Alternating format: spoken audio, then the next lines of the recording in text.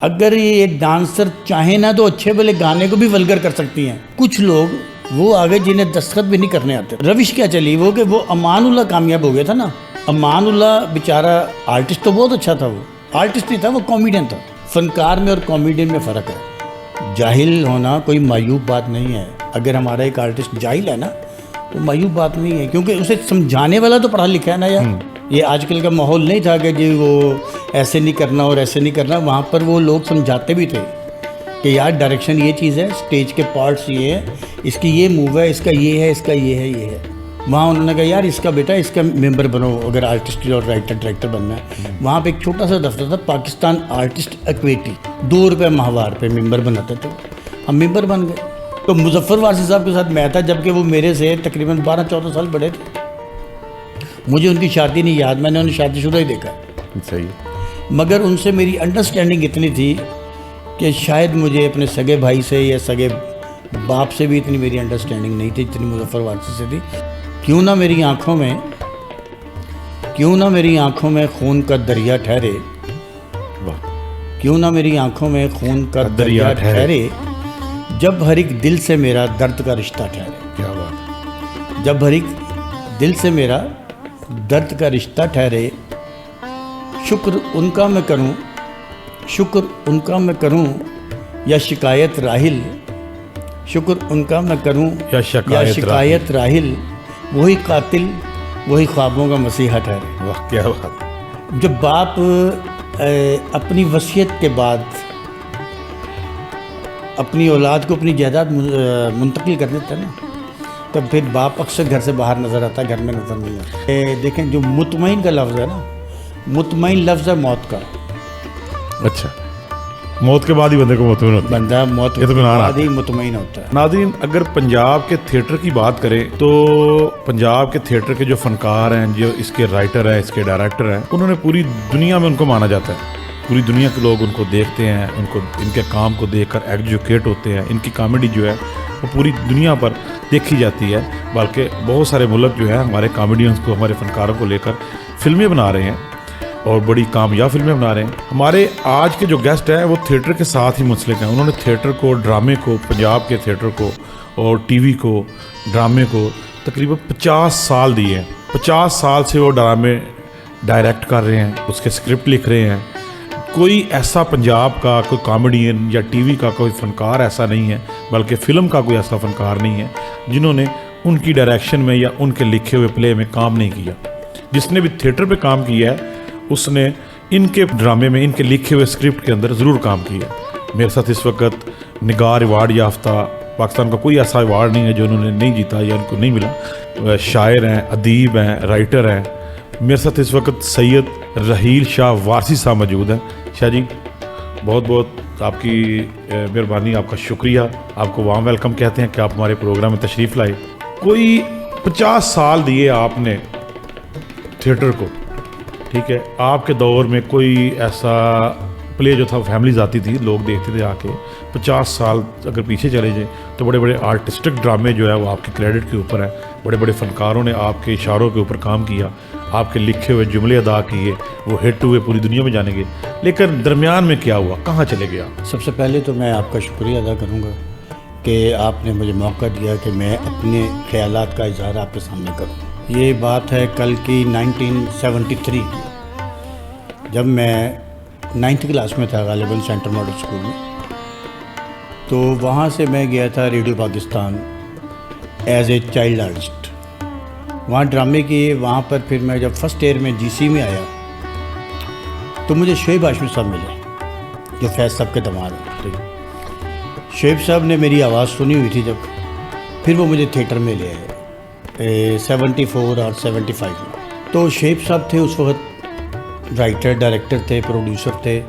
फिर वहाँ मुझे मिले कमाल अहमद रिजवी साहब, वहाँ पर मुझे मिले अख्तर शाह खान साहब, बड़े बड़े नाम।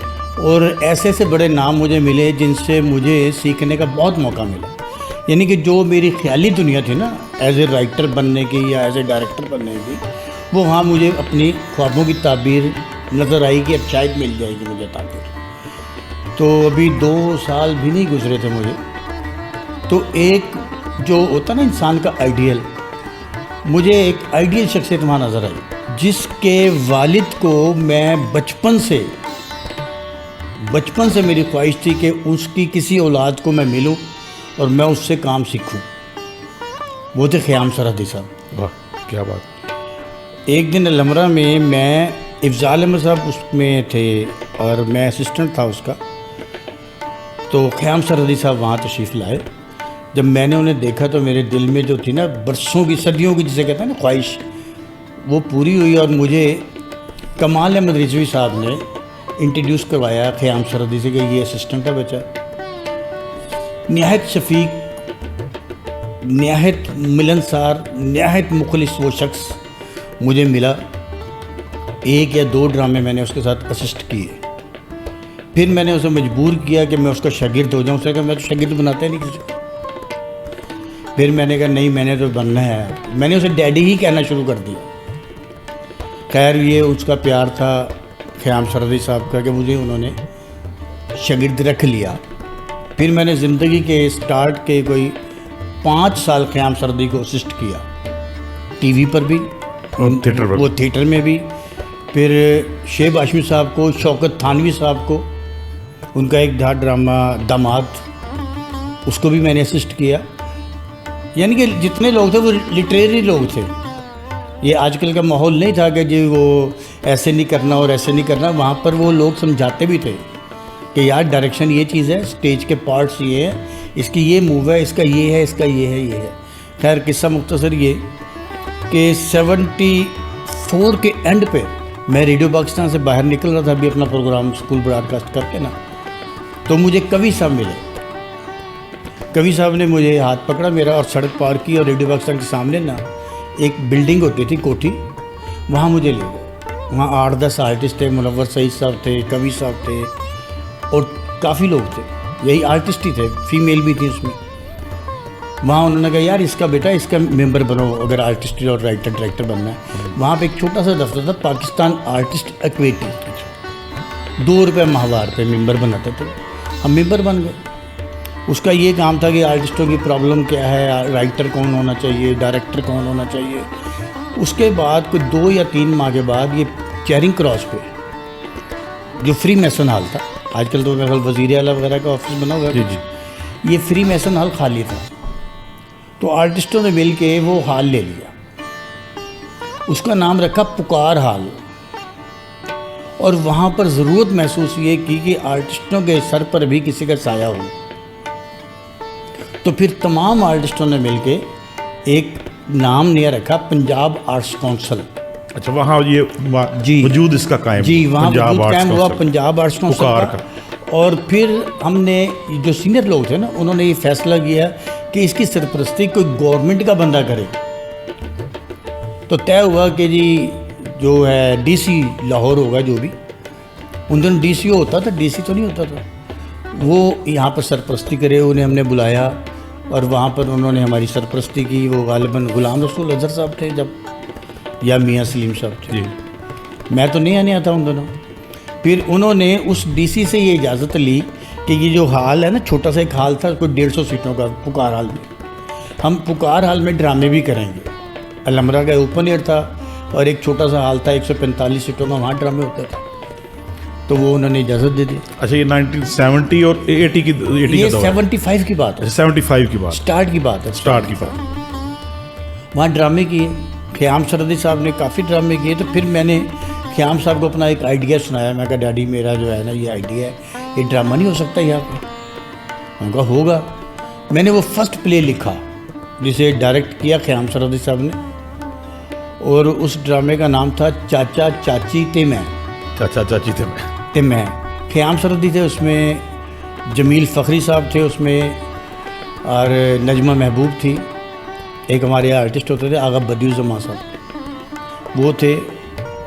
फिर फौजिया दुरानी थी, काफ़ी मशहूर आर्टिस्ट थे उसमें। वो प्ले हिट हो गया। तो पाकिस्तान में एक चीज़ होती है कि आप हिट हो गए तो आप हिट हैं। वो पुकार हाल बन गया वो। अब वो पुकार हाल जो पंजाब आर्ट्स काउंसिल ऊपर लिखा हुआ ना पेशानी पर, वो पुकार वही है। फिर वहाँ ड्रामे होते रहे, काफ़ी किए वहाँ पे, बहुत ड्रामे किए हमने। उसके बाद वो हुकूमत की कुछ पेचीदगियाँ आ गई, वो पुकार हाल बंद हो गया। अच्छा, हम ओपन एयर थिएटर में आ गए, बागे जनाब है। बागे जिना में। वहाँ पर ऑफिस बन गया। वहाँ पर पंजाब आर्ट्स काउंसिल का पहला फेस्टिवल हुआ 1976 में। ठीक है। तो मुझे ख़याम सरहदी ने कहा कि राहिल शाह, क्योंकि मैं फैक्ट्री ओनर का बेटा था, पैसों की तरफ से मुझे कोई फिक्र नहीं थी, और मैं बिज़ी भी लोगों के कहना ये है कि इसलिए था कि मैंने कभी पैसों की डिमांड ही नहीं किसी से की थी। मैं काम की डिमांड करता था, कमाल अहमद रिजवी साहब से भी, अत्तर शाह खान साहब से भी, शेब साहब से भी, क्योंकि मुझे लगन थी सीखने की। जब वो फेस्टिवल हुआ तो मैंने उसमें एज ए प्रोड्यूसर हिस्सा लिया। अच्छा, पहला ड्रामा प्रोड्यूस किया। पहला ड्रामा वहाँ पहले प्रोड्यूस किया, जो फ्री दिखाते थे लोग 3 दिन का, 76 में, सही। बुद्धू कहीं का, उसमें भी कास्ट थी। और वो ड्रामा, पहला ही ड्रामा फेस्टिवल में मेरा तीसरे नंबर पर आ गया, क्योंकि उसके डायरेक्टर ख़याम साहब थे। ठीक है। और उस दिन में उसमें कितनी प्रोडक्शन होती थी उन दिनों में, मेरे 2500 रुपये की टोटल प्रोडक्शन थी। अब वो जब फेस्टिवल में ड्रामा आ गया एज ए राइटर मेरा, तो मैं तो कंफर्म हो गया ना, मगर मैंने उसके बाद अपने आप को महदूद नहीं किया एज ए राइटर। बिल्कुल ठीक है। मैंने असिस्ट किया, क्योंकि मुझे काम सीखने की लगन थी। मैंने उस के बाद क़याम सरहदी के अलावा जो बड़ा डायरेक्टर आता था ना, दामाद ड्रामा लगा उमर थानवी साहब का, मैंने उसे असिस्ट किया। CM मुनीर साहब को असिस्ट किया। ठीक है। और एक होते थे हमारे बहुत अच्छे राइटर सलीम चिश्ती साहब, उन्हें असिस्ट किया। नजमा महबूब के शोहर थे कंबर अली शाह साहब टीवी पर जी जी। और रेडियो पर, उनको मैंने बहुत असिस्ट किया। खैर वो एक चेंज चलती रही। 79 में आकर ख़याम साहब ने कहा, यार अब इंडिपेंडेंट होकर डायरेक्टर भी बनो और राइटर भी बनो। ठीक है। तो मैंने पहला ड्रामा किया as a writer, as a director, और उसमें ख़याम सरहदी साहब लीड रोल कर रहे। लीड रोल कर रहे थे। ख़याम सरहदी साहब को डायरेक्ट किया। ख़याम साहब के बाद मैंने किसी को इतना पावरफुल एक्टर और डायरेक्टर देखा ही नहीं था। देखिए, ठीक है। जब मैंने ख़याम साहब को कहा कि मैं डायरेक्ट आपको करूँगा डैडी, कहेंगे आपने डायरेक्ट ख़याम सरहदी को नहीं करना, एक्टर को करना है, जो तुम्हारी डिमांड है वो करो। अब खिलाफ तवक्का ख़याम साहब का एक प्ले टीवी पे चल रहा था, उसमें वो पागल का रोल कर रहे थे। ठीक है। अब मेरे ड्रामे में भी जो रोल था वो पागल का रोल था। मैंने कहा पहले दिन रिहर्सल में, जब तो होती थी 10-10 दिन रीडिंग ही होती थी, टोन एंड टेम्पो बताई जाती थी, फिर उसके फुटवर्क होता था, 3-3 असिस्टेंट साथ होते थे। जब ख़याम साहब बोले तो मैं कहा नहीं डैडी, मासत के साथ मुझे वो वाला पागल नहीं चाहिए जो टीवी पे आप दिखाते हैं, दूसरा पागल चाहिए। आप आर्टिस्ट हैं, मुझे पागल वो दें जो अभी तक आपने किया ही ना हो। बिल्कुल ठीक, तो डिफरेंट लेके आऊँ। तो उन्होंने कहा फिर मुझे आज छुट्टी दे दो, मैं कल आऊँगा। तो नजमा महबूब ने कहा राहिल शाह तूने अपने बाप को ही नाराज़ कर दिया, वो चला गया उठ के। मैं कहा नहीं, नाराज़ नहीं होता, वो कल आएगा, लाजमी आएगा रिहर्सल। वो सेकंड डे ख़याम साहब आ गए, तो वो नया ही पागल था उसमें। वो ड्रामा लगा, उस ड्रामे का नाम था मैं की यहाँ। उसने भी रिकॉर्ड कामयाबी आकी। ठीक है। फिर मैं राइटर डायरेक्टर बन गया। राइटर डायरेक्टर बनने के बाद उन दिनों तंजीमें बहुत होती थी, कोई फनकार एकेडमी है, कोई 3 स्टार एकेडमी है, कोई 5 स्टार एकेडमी है, कोई कुछ एकेडमी है, कुछ फनकारों की एकेडमी है, अवार्ड्स मिलने शुरू हो गए मुझे। अच्छा। एक कन्फर्म नाम आ गया। मगर जो दूसरे लोग थे ना, उन्होंने कहा ये राहिल शाह की कामयाबी है सुपरस्टार लेकर। मैं ड्रामा कर रहा था मिट्टी दा बाबा, उन दिनों ऐसे ही नाम होता था, मिट्टी दा बाबा। तो इरफान हाशमी का वो दूसरा ड्रामा था। तो इरफान हाशमी तो सेल वैल्यू नहीं था, उसमें बतौर इरफान हाशमी था मिट्टी दा बाबा, और वो मैंने किया था प्राइवेट हॉल फ्लैटी होटल लेकर। ठीक है। वो वहाँ कामयाब हुआ। तो शुजात हाशमी हैं, अभी जिंदा मौजूद हैं, अल्लाह ताला। कमर्शियल थिएटर का आपने आगाज़ किया वहाँ से। तो शुजात हाशमी साहब मेरे पास आए, तो उन्होंने कहा यार राहिल शाह ड्रामा कामयाब है, अगला ड्रामा मैं यहाँ करूँगा फ्रूट चाट। मैं कहा करो यार। खैर वो हॉल भी मैंने आबाद किया। उसके बाद मैडम नाहिद खानम होती थी, अल्लाह उन्हें जन्नत से करे, she is a nice person woman. और थिएटर का कोई आर्टिस्ट ममा अमानुल्लाह के कोई ऐसा आर्टिस्ट नहीं है, आर्टिस्टों की बात करूँ, राइटर डायरेक्टर्स की नहीं, जिन्होंने नाहिद खानम से हेल्प ना ली हो। ठीक है। वो इतनी फनकार नवाज औरत थी कि किसी को उसे पता लग जाए कि यार इसे ज़रूरत है पैसों की या काम की, तो वो बुला के देती थी काम।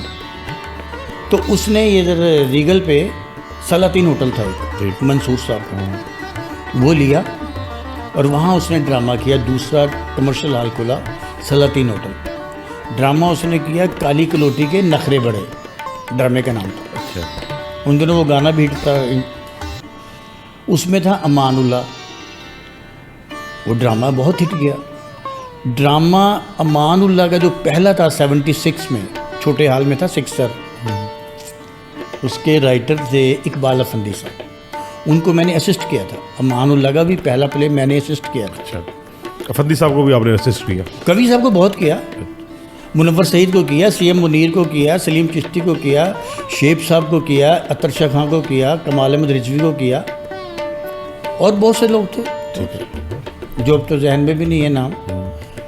तो महबूब आलम का दौर हुआ वो चौधरी हशमत का। तो एक हमारे राइटर डायरेक्टर होते थे शबाज आका, बहुत ही अच्छा लिखते थे वो, बहुत अच्छे डायरेक्टर थे, उन्होंने बड़े बड़े कामयाब खेल लिखे हैं। तो वो एक ड्रामा कर रहे थे, एक लड़की हजार आंखों, एक लड़की हजार आंखें, 1000 अंक। अच्छा। नजमा महबूब को लेकर। तो उन्होंने नजमा महबूब से कहा कि यार वो राइटर डायरेक्टर तो है राहिल शाह, सुना है मैंने, मैं मिला नहीं था उनसे, मगर मैं चाहता हूँ वो मुझे आके असिस्ट करे। तो नजमा ने कहा वो तो खुद डायरेक्टर है, वो कैसे असिस्ट करेगा। मेरी ख्वाहिश थी कि मैं शहबाज आका के साथ असिस्ट करूँ, यार कुछ सीखूँ इससे। वो जब मुझे पता लगा तो मैं खुद गया शहबाज आका के पास। वो 786 में लगना था, सॉरी सलातीन में। मैं वहाँ चला गया, तारुफ हुआ, उन्होंने कहा भाई ये ड्रामा, वो पठान थे शहबाज आका साहब, उन्हें उर्दू जो थी ना बड़ी अजीब व गरीब बोलते थे। ठीक है। तो उन्होंने स्क्रिप्ट मुझे दिखाया, एक लड़की 1000 आंखें का। उसमें मेन रोल कर रहा था कौन, मुनीर नादर साहब, जो अल्लाह जन्नत से करे, बहुत अच्छे आर्टिस्ट है। ठीक है। 2.5 घंटे के ड्रामे में उस बंदे का किरदार का डायलॉग कोई नहीं था, वो कुत्ता बन के स्टेज पर बैठा रहता है, उसकी ज़ुबान कुत्तों की तरह हिलती है, और वो बैठा हुआ 4-2 लातें चिरक के ऐसे कुत्तों की तरह ना। तो मैंने शहबाज आका से कहा, मैं कहा आका जी ये किस तरह होएगा। आका देखते सही मेरी डायरेक्शन में कम कर, पता लगेगा। वो प्ले किया, वो प्ले रिकॉर्ड बीट प्ले कामयाबी हासिल की, जबकि उसमें हामिद राना था, शीबा हसन थी, जमील फ़खरी था, और नजमा महबूब थी, रुमाना थी। मगर वो प्ले अवार्ड किसे मिला, उसमें अवार्ड मिला मुनीर नादर को, जो कुत्ता बना हुआ था। ये डायरेक्शन थी। फिर आहिस्ते आहिस्ते काम करते रहे। तो आपको पता है जब अरूज आता है ना, तो अरूज में कमर्शियल लोग काली भेड़े बन के बिल्कुल आ जाते हैं बीच में अचानक। ठीक है। फिर वो जैसे हमारी इंडस्ट्री में गाहे बगाए एक अच्छी फिल्में बनाने वाले टेक्नीशियन लोग पीछे होते गए, इंडस्ट्री में हमारी काली भेड़ें आती गई, और दूसरे जाहिल लोगों का आते आते अरूज हुआ, और जो पढ़े लिखे और कामयाब लोग थे वो पीछे चले गए। वो थिएटर में शुरू हो गया 84 में। 84 में जो थिएटर का जो चेंज होना था, वो शुरू हो गया। जब मैं किसी आर्टिस्ट से मिलता था तो मैंने जिन लोगों के साथ काम किया था सारे पढ़े लिखे लोग थे। कवि साहब थे, फिरदौस जमाल था, जमील फ़खरी साहब थे, फ़खरी अहमद साहब थे, सारे पढ़े लिखे लोग थे, और गुफ्तगू करने में भी मज़ा आता था। फिर 84 के बाद ये हुआ कि कुछ लोग वो आ गए जिन्हें दस्तखत भी नहीं करने आते। वो रविश क्या चली वो कि वो अमानुल्लाह कामयाब हो गया था ना। अच्छा। अमानुल्लाह बेचारा आर्टिस्ट तो बहुत अच्छा था, वो आर्टिस्ट नहीं था, वो कॉमेडियन था। ठीक है। मैं उसे आर्टिस्ट नहीं कहता, क्योंकि आर्टिस्ट वो होता है थिएटर चेंज हो गया ना, हर तरह का किरदार कर ले, वो फनकार होता है। ठीक है। फनकार में और कॉमेडियन में फ़र्क है। कॉमेडियन हमारे मुल्क का जो थिएटर का है ना, वो फनकार नहीं है। उस वक़्त फनकार भी और कॉमेडियन भी यकजा थे। जैसे कमाल वो खावर साहब, नन्ना साहब और कमाल अहमद रिजवी साहब, अतर शाह खां साहब, वो परफॉर्मर भी थे, कॉमेडियन भी थे। ठीक है। अब जो आए 84 के बाद जो भर्ती शुरू हुई, आपको मालूम है आर्टिस्टों की, बिल्कुल सही। वो इतने ज़्यादा बेचारे पढ़े लिखे थे कि उन्हें नाम भी नहीं लिखना आता था, और जुगतों का दौर शुरू हो गया। और कुछ राइटर्स उसके मालूम है कैसे लिख कर लाते थे कि यहाँ पर जी अमानुल्लाह और मस्ताना आएंगे, ये 10 मिनट वो लेंगे, ये स्क्रिप्ट लिखा हुआ है। अच्छा, ये स्क्रिप्ट लिखा है, आएंगे हंसाएंगे और चले जाएंगे जी। उसके बाद ये 1-2 सफ़ा चलेगा, फिर ये अलबेला साहब आएंगे या बब्बू बुराल आएगा, ये करेगा। जब ये स्क्रिप्ट शुरू हुआ तो ज़ाहिर सवाल शुरू हो गया था। तो मुझे आज भी याद है, मैं एक आर्ट्स काउंसिल में मीटिंग थी हमारी, मैं वहाँ मौजूद था जब मैं थोड़ा सा सीनियर हो गया हुआ था। तो उसमें सीएम मुनीर साहब भी थे, नज़ीर जैगम बाबा जी भी थे, सलीम चिश्ती साहब भी थे। तो उन्होंने थिएटर के बारे में एक सेमिनार रखा हुआ था। जब मेरे से पूछा तो मैंने कहा जी आप लोग तो काम कर गए हैं जो करना था, मगर मुझे अफसोस ये है कि जब मेरा जो अरूज शुरू होगा ना तो मैं जाहिलों में फंस जाऊंगा। और वो फिर ऐसा ही हुआ कि 85 में, 86 में, 87 में, 88 में वो जाहलत कॉमेडी के नाम पर अरूज पर चले गए। लेकिन शाह जी देखिए, उस वक्त बहुत सारे लोग इनको देखने के आते थे। कमर्शियल थिएटर का आगाज़ ही उस वक्त उस दौर में हुआ, ठीक है ना। पाकिस्तान के नामवर कॉमेडियन पैदा हुए जिन्होंने पूरी दुनिया में नाम रोशन किया। बड़ी तादाद लोग बड़े पैसे खर्च के इनको देखने के लिए आते थे और तकरीबन हाल वो कायदा फुल होते थे। अब कहते हैं कि वो दौर आज से बहुत अच्छा था, अगर इससे आगे जाएं तो अब तो ये चीज़ें भी ख़त्म हो गई। नहीं, उसमें ये बात है, देखें, जाहिल होना कोई मायूब बात नहीं है। जाहिल होना कोई मायूब बात नहीं है। अगर हमारा एक आर्टिस्ट जाहिल है ना, वो मायूब बात नहीं है, क्योंकि उसे समझाने वाला तो पढ़ा लिखा है ना यार। उस दौर में 92 तक राइटर डायरेक्टर तो मौजूद थे ना, मौजूद थे, ठीक है। उसके बाद गायब हो गए। उसके बाद देखें ना गायब नहीं कैसे हुए हैं वो, कि अब मस्ताना थे या बब्बू बुराल थे या अमानुल्लाह था, वो अभी भी हैं, दिलों में राज कर रहे हैं अभी भी। उन्हें समझाने वाले लोग थे कि भाई ये गंदा काम नहीं करना, और एक वो खुद जानते थे कि गंदा काम हमने करना नहीं है थिएटर में, क्योंकि फैमिलीज आ रही हैं। आजकल समझाने वाला और बताने वाला कोई नहीं है। उसकी मौत कैसे हो गई कि जब कमर्शलिज्म अरूज पर आया ना, तो 92 के स्टार्ट में 91 में बना तमासील। तो इफ़ज़ाल अहमद साहब ने मुझे बुलाया, तो उन दिनों मैं आज़ाद आदमी था। तो मेरी टीम थी खालिद अब्बास डार और मियाँ शबीर साहब, हमारी तीनों की टीम थी। वो राइटर में होता था, डायरेक्टर ख़याम वो खालिद अब्बास डार साहब होते थे, चल रहे थे हम अलमरा में भी इधर भी इधर। तो मैंने उन्हें कहा जी मैं खालिद अब्बास डार साहब के साथ ही काम करता हूँ, तो मैं नहीं कर सकता आपके साथ काम। खैर हमने 92 में मियाँ शबीर ने बनाया महफिल का जो नक्शा है, जो स्टेप्स हैं जी, या वो जो लाइटिंग का पैनल लगा हुआ है, वो मेरे और खालिद अब्बास डार की मेहनत का नतीजा है। हमने पाकिस्तान का लाहौर से लेकर कराची तक कोई ऐसा थिएटर नहीं था जिसे जाकर देखा ना हो, जिसके स्टेपों की पैमाइश ना की हो, फिर जो है इलेक्ट्रिक पैनल का ना बनाया हो। क्योंकि मैं बेसिकली आपको बताऊं मैं कि मैं इलेक्ट्रिकल इंजीनियर हूँ। अच्छा। मैंने बाकायदा तौर पर डिग्रीज हासिल की हुई हैं आफ्टर डिप्लोमा, भी पटौक से भी, टीटीसी से भी। तो मेरे वालिदैन की ख्वाहिश थी कि मैं इंजीनियर बनूं, मगर वो जो एक मेरे जहन में था कि मैं चाहता था कि बेनाम मरने से बेहतर है थोड़ा सा नाम कर लूं। फनकारों के इंजीनियर बन गया। तो मैं कहता था कि जैसे मुज़फ़्फ़र वारसी साहब का नाम है, मुज़फ़्फ़र वारसी एक बड़ा नाम, उनके साथ मैंने ज़िंदगी के, अगर मेरे आज 55 साल की उम्र तक वो मेरे साथ रहे, जब उनकी वफ़ात हुई है, तो 55 साल में से मैंने अगर कहूँ तो 52 साल मैंने उनके साथ गुजारे हैं। बिल्कुल सही। वो हम ये समझते हैं, लोग ये समझते हैं कि आप मुज़फ़्फ़र वारसी साहब के भाई हैं। देखिए ये जो होता है ना, खूनी रिश्ता होता है भाइयों का।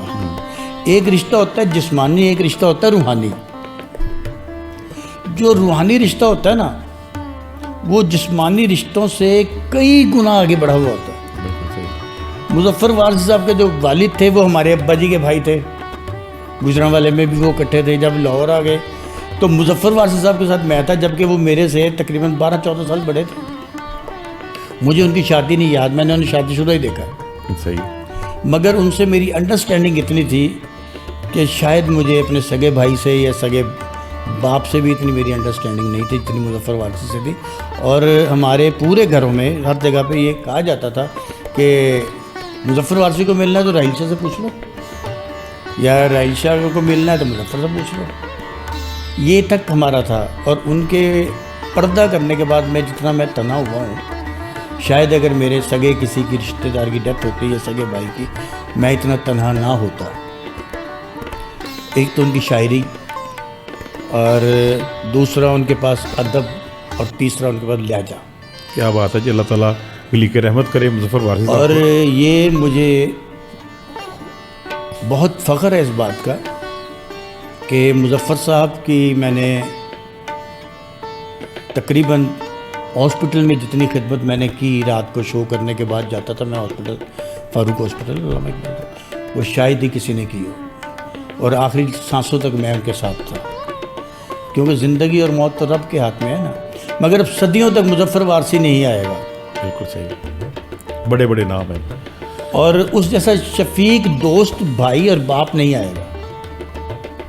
वो अपनी औलाद के लिए इतना शफीक बाप था, दोस्तों के लिए इतना शफीक दोस्त था, और छोटों के लिए इतना मिलनसार था वो, कि वो छोटों के साथ बिल्कुल ऐसे ही था जैसे उन्हीं की उम्र का है।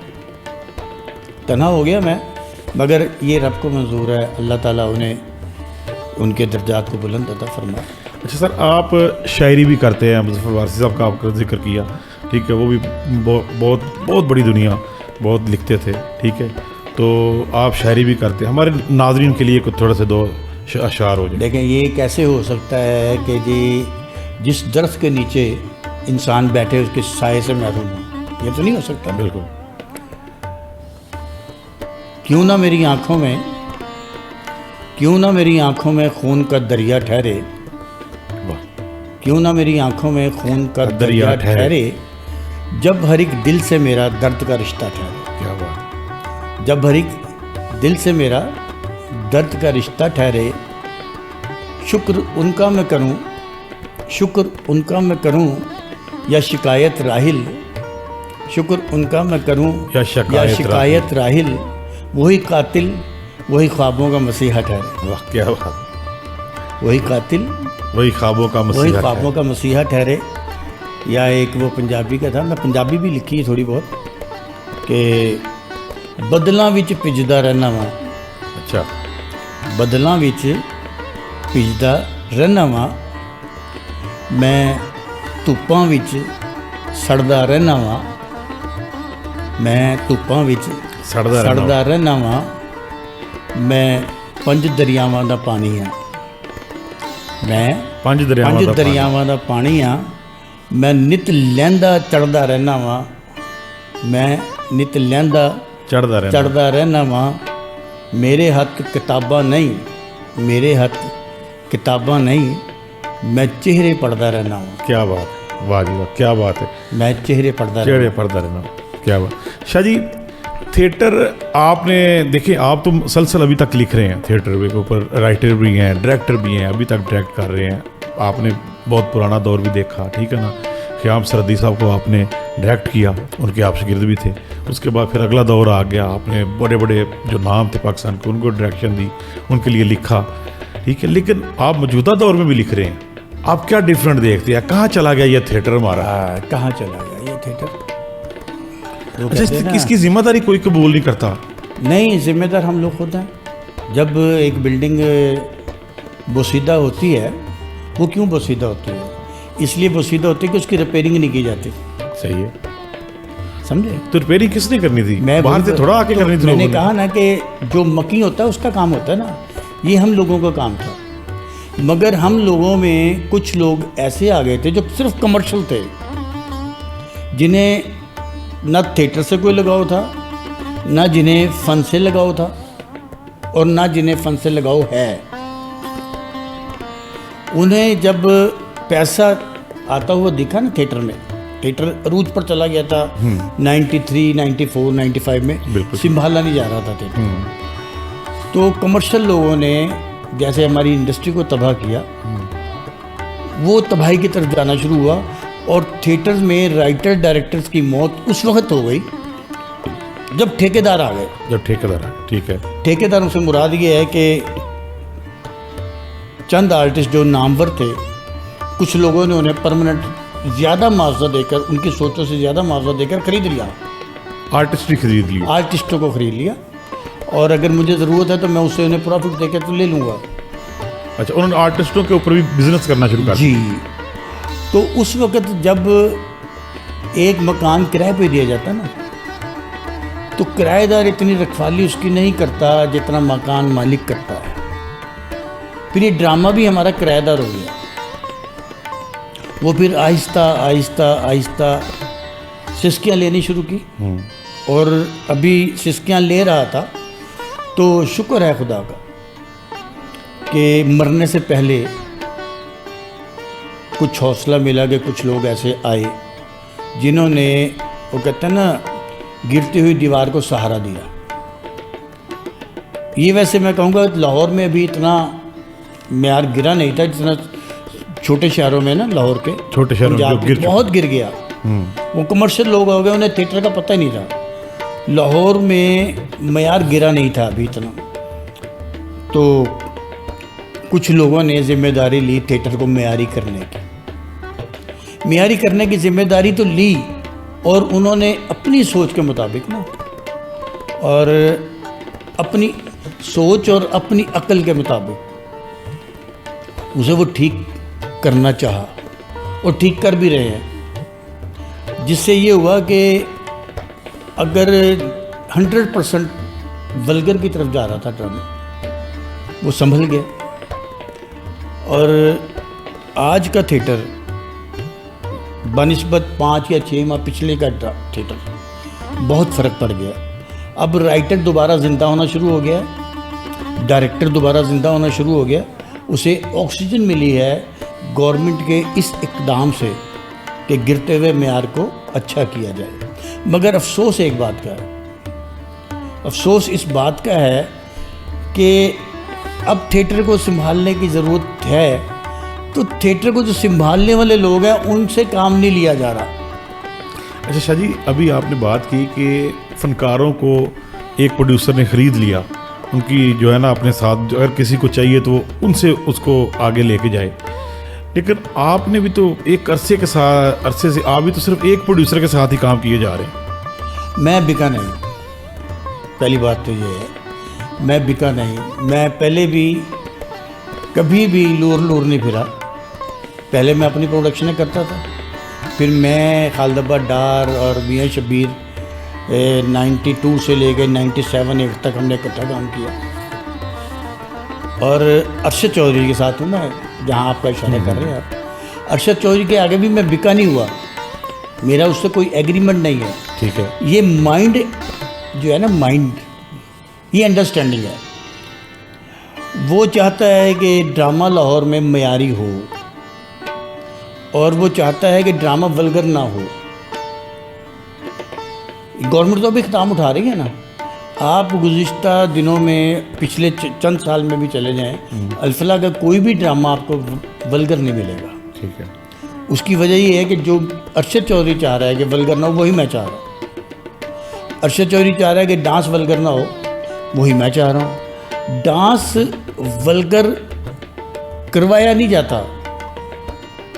डांस वल्गर इसलिए होता है कि डायरेक्टर को उस लड़की को समझाने के लिए ये है नहीं कि ये एक्शन जो है ये तुम्हारा वल्गर है या ये एक्शन वल्गर नहीं है। जब डायरेक्टर को ही नहीं इल्म इस बात का, तो वो कैसे बताएगा उसे कि यार ये वल्गर है, इशारा ये ना करो।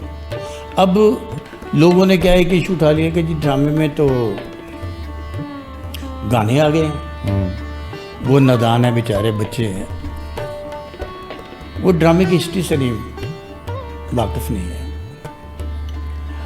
ड्रामे का इर्तिका जब हुआ था तो ये ऐसे हुआ था कि पहले चलते थे ज़ातियात पर ड्रामे, कि फ़लाँ बादशाह है उसकी कहानी लिख दी।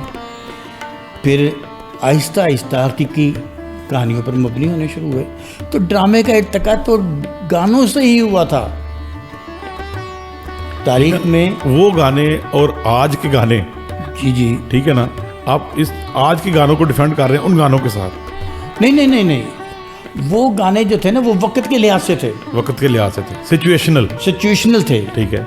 यहाँ पर जो फर्क पड़ गया ना, वहाँ पर जो गाना जब आर्टिस्ट करती थी ना, तो डायरेक्टर को पता होता था, वो आर्टिस्ट को बताता था कि यार ये एक्शन आपने नहीं करना।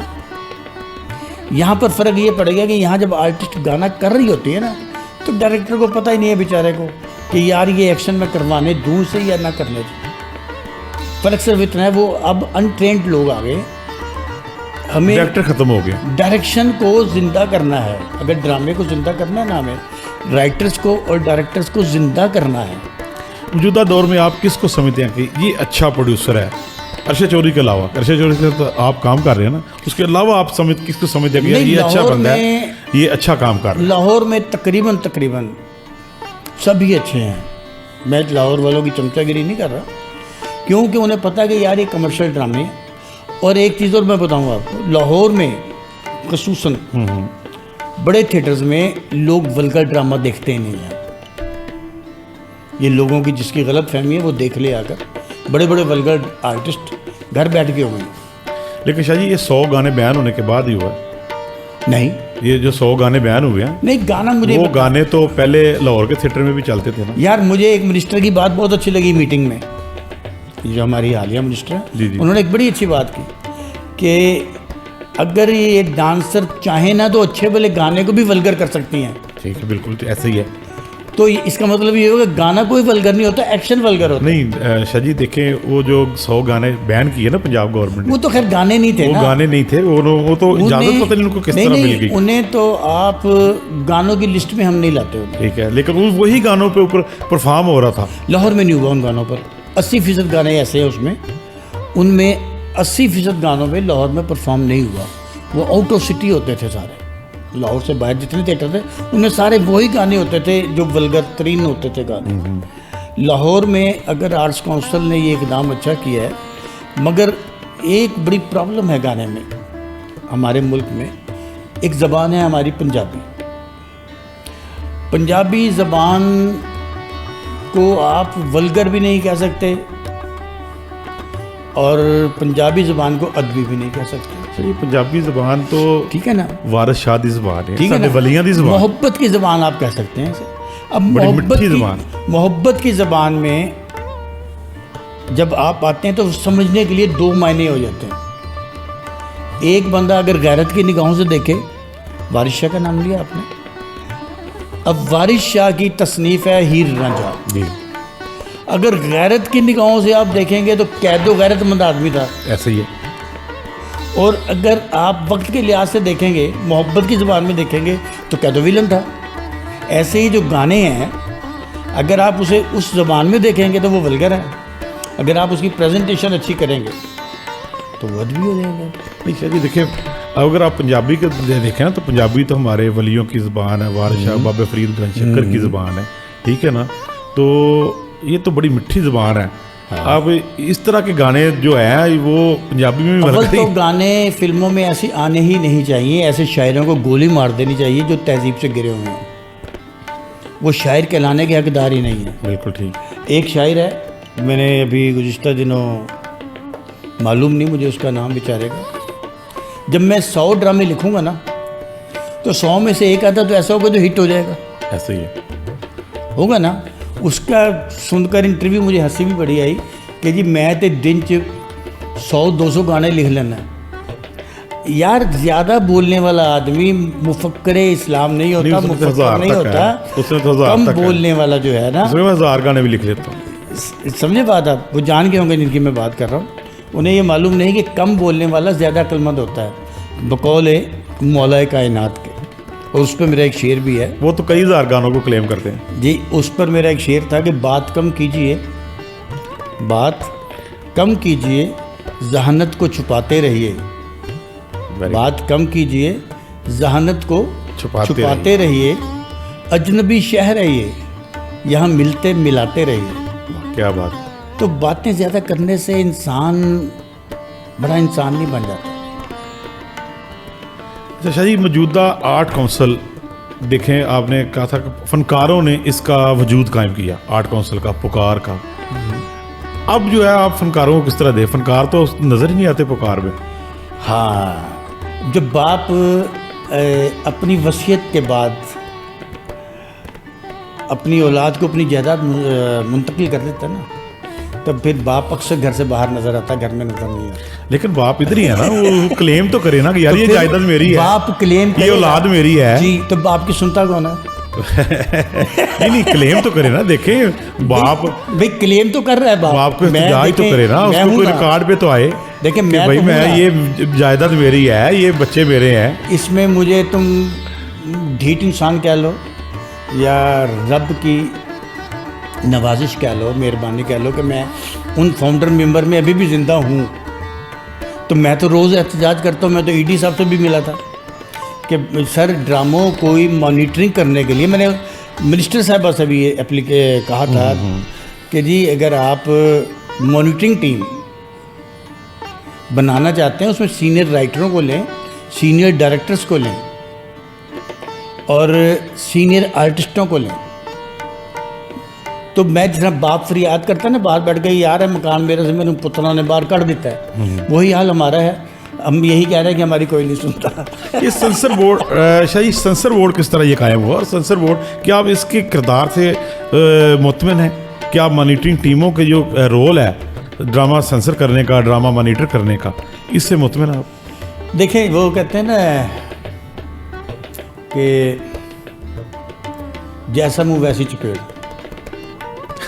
फिक्र सुना है ना आपने, जैसा मुंह वैसी चपेट। तो जैसे ड्रामे हो रहे हैं तो उनके लिए मॉनिटरिंग टीम वैसे ही मॉनिटर करने वाले हैं, वैसे ही मॉनिटर करने वाले हैं। और चपेट जब पड़ती है मुंह पर तो वो कुछ देर के लिए निशान छोड़ देती है। इसी तरह ये मॉनिटरिंग टीम वाले हैं जो ड्रामा देखते हैं। अब कुछ इंतज़ामिया काउंसिल की तब्दील हुई और ये एक अच्छा कदम है जो न्यू जनरेशन के लिए आए हैं हम लोग, और उसमें अफसर भी कुछ नए आए हैं। तो अच्छा काम कर रहे हैं वो, जिससे अब मेरा ख्याल है कि जो वल्गरिज्म है वो ख़त्म हो जाएगा। कुछ तो हो गया है, वो आपने भी देखा होगा। अब तो राइटर भी नज़र आने लग गया है ड्रामों में, अब तो डायरेक्टर भी नज़र आने लग गया है ड्रामों में। लेकिन चंद थिएटर में ही है अभी। हाँ ऐसा ही है, क्योंकि मैं तो लाहौर से बाहर नहीं गया तो मुझे मालूम नहीं लाहौर में क्या से बाहर क्या हो रहा है। मगर लाहौर में आजकल बेहतर हो रहा है, और आने वाले जो अफसरान हैं जहाँ वो एक आधी गलती कर रहे हैं मगर काम बेहतर कर रहे हैं। काम एकदम तो ठीक नहीं होगा ना, जब बिगड़ इतना गया था। मगर शुक्र है उसकी ज़ात का कि कुछ लोगों ने और गवर्नमेंट ने हमारे साथ ताउन किया और हमारे जैसे लोगों को फिर जीने का एक आसरा दिया। और मेरा ख्याल है चंद दिनों में ये जो 19-20 का फ़र्क है ना, ये भी ख़त्म हो जाएगा और ड्रामा अपनी मंजिल पर आएगा। अच्छा, आर्टिस्टों को नोटिस हो जाते हैं, पंजाब आर्ट काउंसिल बाकायदा एक्शन ले रही है, उसके ऊपर नोटिस दे रहे हैं। आप क्या तजावीज़ देना चाहेंगे पंजाब आर्ट्स काउंसिल को कि राइटर्स का भी एक बाकायदा रजिस्टर्ड होना चाहिए? ठीक है, जिस तरह देखिए फनकार उनके पास आ रहे हैं कि यार ये फनकार है, ये रोल कर रहा है। आप समझते हैं कि पंजाब आर्ट्स काउंसिल को राइटर्स को रजिस्टर करना चाहिए, डायरेक्टर को रजिस्टर करना चाहिए, और वही वो ड्रामा करें? किसे करेंगे रजिस्टर? किस राइटर को? इसका कोई मेयार बनाएंगे ना? मेरी बात सुने ना आप। पहले हम लोग आते थे ना तो 2-2 साल, 3-3 साल, 4-4 साल, 5-5 साल असिस्ट करते थे सीनियर्स लोगों को, और वो हमें सिखाते थे। मैं ये आज दावे से बात कर रहा हूँ।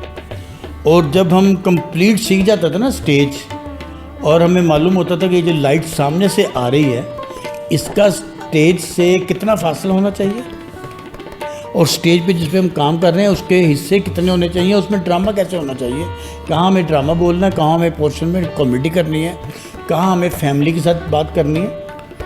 आजकल का मैं दावे से ये बात कर रहा हूँ, कोई डायरेक्टर, कोई राइटर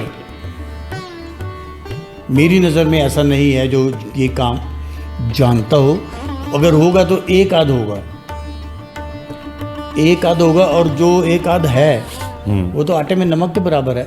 मगर जो लोग काम कर रहे हैं उन्हें बताया तो जा सकता है, सिखाया तो जा सकता है, ये कौंसल कर सकती है, मगर कौंसल इसमें सर्दमोहरी का बिल्कुल सर्दमोहरी अख्तियार की हुई है कौंसल ने, बावजूद बार बार मेरे कहने के कि मैं सबसे ज़्यादा सीनियर इस वक्त हूँ, कम से कम किसी थिएटर की राय के लिए मैं हाजिर हूँ और फ्री ऑफ कॉस्ट हूँ, मुझे पैसों का लालच नहीं है, तो नहीं है। अच्छा शाह जी, अभी आप बात आपने की कि राइटर डायरेक्टर जो है वो गायब हो गया, आप समझते हैं कि एक और चीज़ भी ड्रामे से गायब हो गई है, वो गेटअप ख़त्म हो गया है, ठीक है ना, कॉस्ट्यूम ख़त्म हो गए हैं, तो ड्रामा भी तो खत्म जो इसीलिए हुआ ना। फनकार है वो अपने करैक्टर में नज़र ही नहीं आता। जी, बिल्कुल। अगर कोई बाप बना हुआ तो नज़र ही नहीं आता कि यार ये बाप है, ये उसको लगना चाहिए बाप। अगर कोई बेटा बना हुआ तो उसको लगना चाहिए जो बेटा नौजवान लगना चाहिए। वो घर से कपड़े पहन के आते हैं उसी तरह। अच्छा, ये जो एंट्री की ओर निकल गई, ये जो वबा फैली है ना कि बाप बाप नहीं नज़र आता, बड़ा भाई नहीं महसूस होता, ये हमें मिली है हमसाए मुल्क से। अच्छा, हमसाए मुल्क की वो टीवी सीरियल्स इतनी आम हो गई थी, आपने सुना होगा पिछले दिनों गुज़िश्ता साल में, कि उसमें अगर माँ है ना तो माँ भी बेटी की तरह लग रही है, उसने भी वही गेटअप किया हुआ है, माँ ने भी वही किया हुआ है। अगर किसी को आप कहते हैं नहीं यार किसी भी देखो ना सूट बूट पाया है तो पुत्र ने भी पाया है, अब वो हमें वहाँ से वबा मिली है वो। और जब तक गेटअप नहीं होगा ना किसी भी करैक्टर का, तो पब्लिक को क्या पता लगेगा कि यार ये कौन है। चलिए हमसाया मुल्क तो आपको कॉपी कर रहा है कॉमेडी में, फनकार नहीं कॉमेडी की मैं बात नहीं कर रहा, तो आपने गेटअप की बात की है, कॉमेडी की बात आप नहीं की। उनकी इस तरह चीज़ क्यों लेके आ गए? आप कॉमेडी तो- देखें लाहौर, चले लाहौर का एक मेन थिएटर है, लीडिंग थिएटर उसको कहते हैं पंजाब का, क्योंकि लाहौर से जो मेन थिएटर है यहाँ से पंजाब का थिएटर शुरू होता है।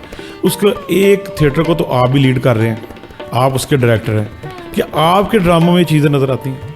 हाँ, अब उसमें ये हो गया है, मैं आपको बताऊं, जब हम एक चौधरी का रोल करते हैं और उसमें हमें चाहिए होती है पग भी चाहिए होती है, हमें उसके लिए शेरवानी भी चाहिए होती है। अब क्या होता है, अब वो ड्रामा हो गया है 22 दिन या 16 दिन या 1 माह के बाद 8 दिन का। अब जब हम प्रॉप्स निकाल के देते हैं ना प्रोड्यूसर को, वो क्या कहता है कि यार 8 दिन बाद ड्रामा बदल जाना है शाह जी, चौधरी बगैर पग दे भी तो होता है ना। पहली बात तो ये है। दूसरी बात ये है कि जब हम गेटअप ही नहीं करते मेरी नज़र में, तो पब्लिक को बेचारी को पता ही नहीं लगता, बाद में पता लगता है, मुकालमेबाजी होता है कि यार ये बाप है ये भाई है। अगर वो गेटअप से आएगा बंदा तो पब्लिक को तो एंट्री पे पता लग गया। अब मैं बताऊँ आपको, मैं आया था नया, तो मसूद अख्तर साहब एक ड्रामा कर रहे थे, कैसा बोलता है, उसमें वो ना पेंडू बने हुए थे मसूद साहब, जबकि मसूद अख्तर को मैं तकरीबन 20-25 मरतबा मिल चुका था, शो से पहले भी मैं मिल चुका था, 10-15 मिनट पहले भी। जब मैंने शो देखा तो मैं पहचाना नहीं कि यार ये मसूद अख्तर है, ये गेटअप का कमाल था। फिर एक वो थे फ़खरी अहमद साहब, उन्होंने मेरा ड्रामा किया था, उसमें विलन थे वो, तो वो मत्तू बदमाश ही लगा था वो फ़खरी अहमद। वो जब करैक्टर को कंसीव नहीं आप करेंगे तो पब्लिक को एंजॉय कैसे करवाएंगे? बिल्कुल ऐसे ही है, और ज़रूरी है, ये चीज़ें ख़त्म हो चुकी हैं। नहीं, ये ज़रूरी है। आर्ट्स काउंसिल जहाँ थिएटर को मेयारी कर रही है ना, वहाँ पर भी आर्ट्स काउंसिल के जो सेंसर के मेंबर हैं ना, उन्हें चाहिए कि वो कहें कि यार गेटअप पूरा करें। शाह जी, प्रोड्यूसर बेचारा क्या करे? आप देखिए ना, उसका म्यार देखिए ड्रामे का, कि अगर एक ने 30 लाख की प्रोडक्शन करनी है, ठीक है, तो उसमें से तकरीबन 2 हिस्से तो सिर्फ एक मखसूस तबके को चले जाते हैं। अगर उसके 3 हिस्से किए जाए 20 लाख तो सिर्फ एक मखसूस तबके को चले जाता है, ठीक है, कि यार ये बस ये इन्हीं का ही है। बाकी जो पीछे 10 लाख बच गया उसमें वो बेचारा क्या करे? उसमें हाल का किराया भी निकालना है उसने, बिल्कुल सही, ठीक है, कपड़े भी लेके आने हैं थिएटर को और दूसरे फनकारों। लेकिन जब तक ये चीज़ें नहीं होंगी तब तक थिएटर कैसे रिवाइवल होगा? थिएटर में सबसे बड़ी हमारी जो मजबूरी है इस वक्त की, मजबूरी प्रोड्यूसर की, इस थिएटर में अब आउटपुट नहीं है। पहले प्रोडक्शन सस्ती होती थी तो आउटपुट ज़्यादा होती थी।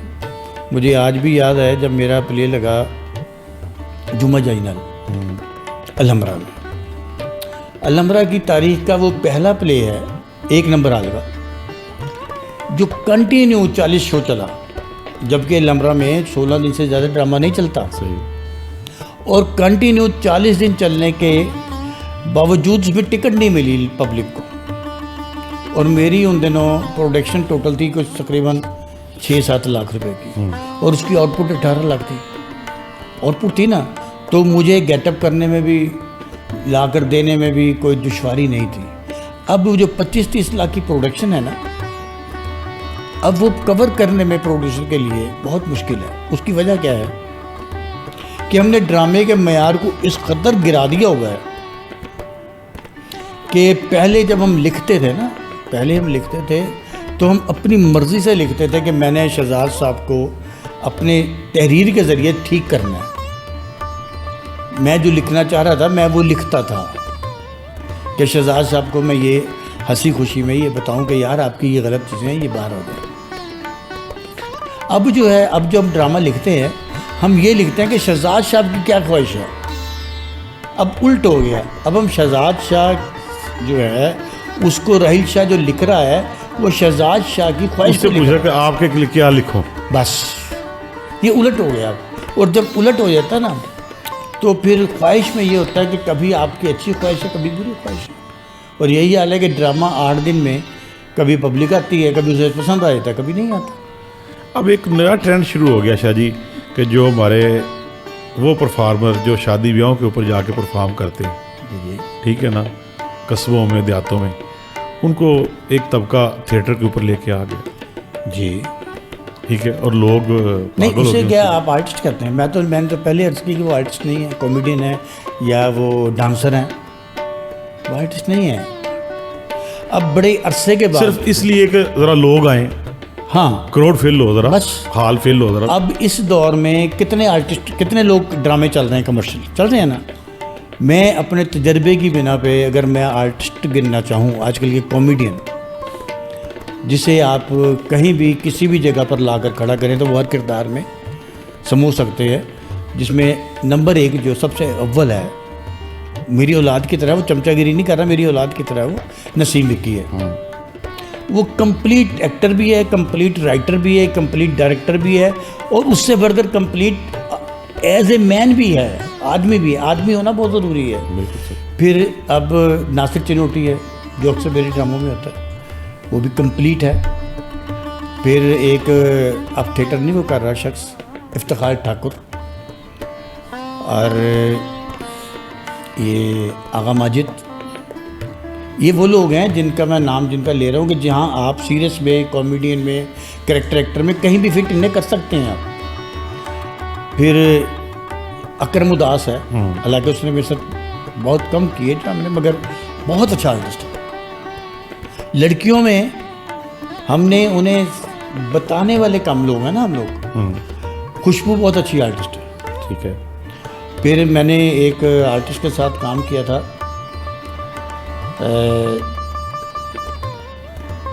बड़े कम ड्रामे उसने किए हैं मेरे। आफरीन परी कोई एक आर्टिस्ट है, आफरीन नाम है, वो बड़ी अच्छी आर्टिस्ट है। निदा चौधरी को अगर आप काम सही दें, शायद आपको याद हो मैंने एक कल फिल्म में प्ले किया था, उसमें निदा चौधरी का सीरियस रोल था, ठीक है, उसने बड़ा अच्छा किया था। समझाने वाले नहीं ना है लोग, और जो आर्टिस्ट है उन पर टाइम ही नहीं है समझने का। अब रिहर्सल जो है 16 दिन की बजाय 2 घंटे की, तो 3 घंटे की तो रिहर्सल हो गई शूट। अब 3 घंटे में आप क्या कंसीव करवाएंगे, क्या परफॉर्म करवाएंगे, क्या डायलॉग याद करवाएंगे, और क्या गेटअप करवाएंगे। आप छोड़ते हैं, आप कमर्शियल इतने हुए हैं कि मैं अगर किसी आर्टिस्ट को छोड़ता हूँ कि यार वो टाइम नहीं दे रहे रिहर्सल का, मैं नहीं रखता, तो साथ वाले थिएटर वाला रख लेगा, तो मेरे प्रोड्यूसर को कमर्शियल लॉस हो जाएगा, कंपटीशन बड़ा हो गया, थिएटर में लॉस हो जाएगा ना। तो मैं कहता हूँ जितना भी ये टाइम दे रहा है ठीक है। गुज़िश्ता दिनों में गया एक हमसाये मुल्क में, तो वहाँ के स्टूडियोज़ में मैं गया, तो एक बहुत मशहूर आर्टिस्ट था, तो वो मुझे कहने लगा कि जी शाह जी आए, वारसी है वो भी, अर्शद वारसी, क्या नाम, अर्शद वारसी, शाह जी आए आपको मैं स्टूडियोज़ की सैर करूँ। चला गया मैं, तो एक सेट पर मैं गया हूँ, तो एक सेट के ऊपर जब पहुँचा हूँ तो एक टॉप का स्टार वो एक बंदे के पाँव में बैठा हुआ है। अब जिस बंदे के पाँव में बैठा है मैं तो उसे नहीं जानता था कौन है। तो मैंने उससे कहा यार ये कौन है यार, इतना बड़ा आर्टिस्ट के पाँव में बैठा और वो पाँव पकड़े हुए है बाकायदा तौर पर। तो उसने कहा जी ये डायरेक्टर है फिल्म का, तो ये उससे सॉरी कर रहा है कि ये 1 घंटा सेट पर लेट आया है, सुपरस्टार। तो वो डायरेक्टर कह रहा है कि मैंने आज अब टेक नहीं करनी तुम्हारी, अब कल करूँगा। तो कह रहा है कल की डेटें मेरे पास नहीं है, तो प्लीज़ अभी कर लो, मेहरबानी है। तो वो तब लोग फिल्म इतनी बड़ी बनाते हैं। यहाँ पर फिल्में चलती नहीं हैं।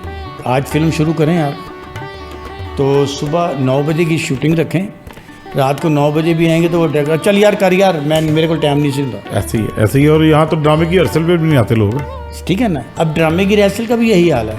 मैं रिकॉर्डिंग दें हालांकि वो कर सकता है, तो प्रोड्यूसर की मजबूरी है, अगर उसे निकाल देगा तो वो उसका तो कमर्शियल काम लॉस हो जाएगा। अब ड्रामे को संभालने के लिए चंद प्रोड्यूसर, जिसमें विकी है,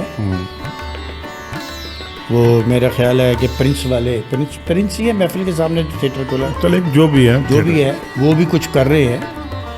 और अरशद चौधरी तो खैर करता ही है जो मैं साथ हूँ तो, मगर अब शुक्र अल्हम्दुलिल्लाह कि हर जगह पे लाहौर में तकरीबन ड्रामे बहुत अच्छे हो रहे हैं और मज़ीद बेहतरी आएगी अगर इसी तरह सख्ती रही तो। 60 थिएटर हैं शाहजी पंजाब में, आपने सिर्फ 3 थिएटरों की बात की। नहीं, मैं तो 3-4 थिएटरों को ही जानता हूँ ना, मैंने नाम तो सुने हैं जी। और आप यकीन करें कि मैंने आज तक वो जो महफिल के सामने थिएटर बनाया ना नया, मैंने उसे अंदर से आज तक नहीं देखा। अच्छा। मैं किसी के पास जाता नहीं हूँ, मेरी प्रॉब्लम है ये। शाह जी, मौजूदा जो ड्रामा इस वक्त हो रहा है, आप मुतमईन हैं इससे? जो अब जो चेंजिंग हुई है उज़मा बुखारी साहबा के दौरों की वजह से, या उसके बाद जो मॉनिटरिंग टीमें कर रही हैं, जो ईडी साहब कर रहे हैं, इससे आप किस हद तक मुतमईन हैं? अब बेहतरी की तरफ हालात जाते नज़र आ रहे हैं आपको? देखें, जो मुतमईन का लफ्ज़ है ना, मुतमईन लफ्ज़ है मौत का। अच्छा, मौत के बाद ही बंदे को मुतमईन होता है? बंदा मौत के बाद ही मुतमईन होता है। जो काम करने वाला बंदा ना, वो कभी अपने काम से मुतमईन नहीं होता, वो खूब से खूबतर की तलाश में होता है। हाँ, आप ये कह सकते हैं कि जो इक़दाम ये गवर्नमेंट हमारी कर रही है वो बहुत बेहतर कर रही है। और अब जो आर्ट्स काउंसिल की मॉनिटरिंग टीम है पहले की निस्बत बहुत बेहतर है, सेंसर टीम भी। और सिर्फ एक उसमें कमी है कि वो सीनियर राइटर्स या डायरेक्टर्स को भी साथ रखें। किसी को शो काज लेटर देने से पहले वो जो सीनियर राइटर डायरेक्टर जब कमेटी में होंगे ना, वो उनको बुलाकर भी राय लें कि यार ये देखें ये वल्गर हो रहा है, इसको हम कैसे रोकें। एकदम वो कहते ना लुहार दी ना थोड़ा मार देना, स्लो चलो सुनियार दी। आपकी नुमाइंदगी होनी चाहिए उसमें? नहीं, मैं तो ये सीनियर नहीं कहता, राइटर डायरेक्टर या कोई देखें मैं तो इसलिए नहीं ये कहता कि मेरी नुमाइंदगी होनी चाहिए, क्योंकि मैं तो इस वक्त आपकी बरादरी की सबसे जूनियर कहलाता हूँ मैं अपने आप को। क्योंकि जब किसी की कोई नहीं सुनता, जब प्यो नूं बाहर कट दो वो तो कोई नहीं सुनता ना, तो औलाद दे थल्ले लगा होंगे कि यार शायद शाम की रोटी भी मिल जाएगा, है वजह। शाह जी, आपका बहुत शुक्रिया है, आप हमारे प्रोग्राम में तशरीफ़ लेके आए। प्रोग्राम के आखिर में आपका एक खूबसूरत शेर सुनेंगे, उसके बाद फिर इजाज़त चाहेंगे। आगे उल्फत आखिर दबी न रही, आगे उल्फत आखिर दबी न रही, बुझ गया दिल लबों पे हंसी न रही, बुझ गया दिल लबों पे हंसी न रही। अब गुलिस्तां में जाने से क्या फ़ायदा, अब गुलिस्तां में जाने से क्या फ़ायदा, मुस्कुराई थी जो कली वो न रही। और एक अपनी पसंद का मैं एक शेर सुनाऊं।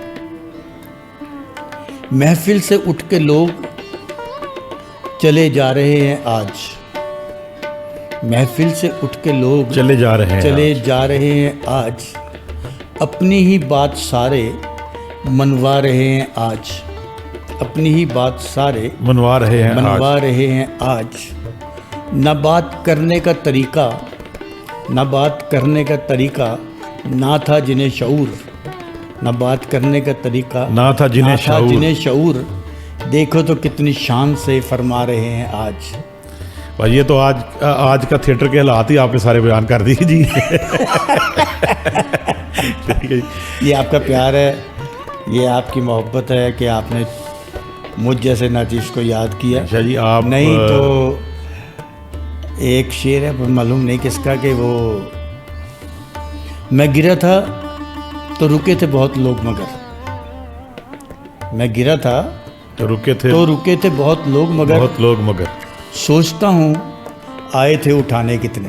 अच्छा जी, आपको प्यार। देखकर तो हमें हौसला होता है कि अभी थिएटर में वो लोग जिंदा हैं, अभी थिएटर में वो लोग मौजूद हैं जो इसको सहारा दिए हुए हैं, इस गिरती हुई दीवार को सहारा दिए हुए हैं, और अभी ये चीज़ें चल रही हैं। ठीक है, जो लोग हैं ये कॉमेडी ज़िंदा है, फनकार ज़िंदा है, ये थिएटर ज़िंदा है आप लोगों की वजह से। बहुत बहुत शुक्रिया शाह जी, आप हमारे प्रोग्राम में तशरीफ़ लेके आए, बहुत बहुत मेहरबानी है आपकी, बहुत बहुत शुक्रिया। दिल की गहराइयों से हम आपको जो ना वेलकम कहते हैं, खुश आमदीद कहते हैं और आपका शुक्रिया अदा करते हैं। इसी के साथ नाज़रीन, अपने मेज़बान मोहम्मद शहज़ाद को इजाज़त दीजिए। अल्लाह हाफ़िज़।